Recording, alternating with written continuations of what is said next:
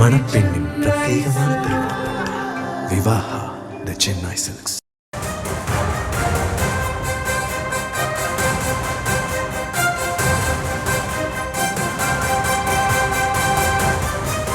மற்றொரு அண்மை செய்தியை பார்த்து வருகிறோம். தாவேக கட்சி மாவட்டங்கள் அதிகப்படுத்தப்பட்டிருப்பதாக கூறப்படுகிறது.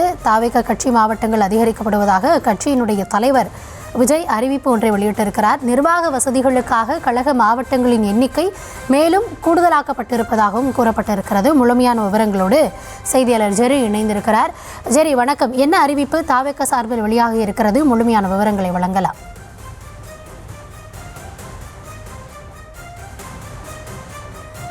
தாவேக கட்சி சார்பில் அக்கட்சியினுடைய தலைவர் அறிவிப்பு ஒன்றை வெளியிட்டிருக்கிறார். அதன் அடிப்படையில் நிர்வாக வசதிகளுக்காக கழக மாவட்டங்களின் எண்ணிக்கை மேலும் அதிகப்படுத்தப்பட்டிருப்பதாக கூறப்படுகிறது. விவரங்களோடு ஜெரி இணைந்திருக்கிறார். ஜெரி, விவரங்களை வழங்கலாம். கௌதமி வணக்கம். தமிழக வெற்றி கழகத்துல கூடுதலாக 4 மாவட்டங்கள் அதிகப்படுத்தி தமிழக வெற்றி கழக தலைவர் விஜய் அறிவிப்பினை வெளியிட்டிருக்கிறார். அதாவது தமிழக வெற்றி கழகத்தை பொறுத்த வரைக்கும் இந்த 2 ஆண்டுகள்ல 128 மாவட்டங்கள் அறிவிக்கப்பட்டிருக்கிறது.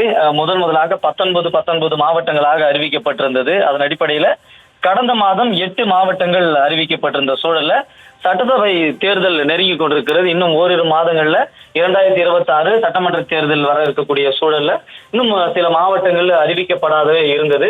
அந்தந்த அறிவிக்கப்படாத மாவட்டங்கள்ல களப்பணிகள் தொய்வடைவது காரணமாக, அதே போல அங்க கோஷ்டி பூசல்கள் அதிகமாக நடைபெற காரணத்தினால் அவற்றையெல்லாம் தடுக்கும் விதமாகவும் களப்பணிகளை துரிதப்படுத்தும் விதமாகவும் கூடுதலாக தற்பொழுது 4 மாவட்டங்களுக்கு தமிழக வெற்றி கழகத்தினுடைய கட்சியினுடைய விதிப்படி மாவட்ட நிர்வாகிகள் நியமிக்கப்பட்டிருக்கிறார்கள்.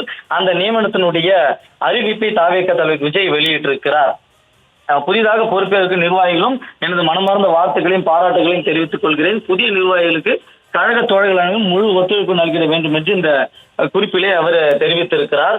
பொதுவாகவே மாவட்ட செயலாளர்கள் நியமனம் என்பது அக்கட்சியினுடைய தலைமை அலுவலகமான பனையூரில் நடைபெறும். ஒவ்வொருவரும் நேர்காணல் நடத்தி அவருடைய முழு விவரங்களையும் அவர் கையில் வைத்துக் கொண்டு அவர் நேர்காணல் செய்வார். அதன் பிறகுதான் அந்த நியமனம் அறிவிக்கப்படும். ஆனால் தற்பொழுது தேர்தல் பணிகளில் அனைத்து மாவட்ட செயலாளரும் களத்தில் இருப்பதற்கு காரணத்தினாக அவர் ஆன்லைன் வாயிலாக தற்போது அவருடைய அதிகாரப்பூர்வ எக்ஸ் வலைதளத்தில் இந்த அறிவிப்பினை வெளியிட்டிருக்கிறார்.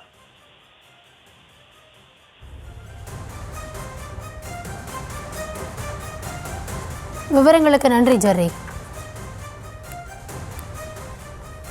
மணப்பெண்ணின் பிரத்யேகமான திருமணம் விவாஹா தி சென்னை சில்க்ஸ்.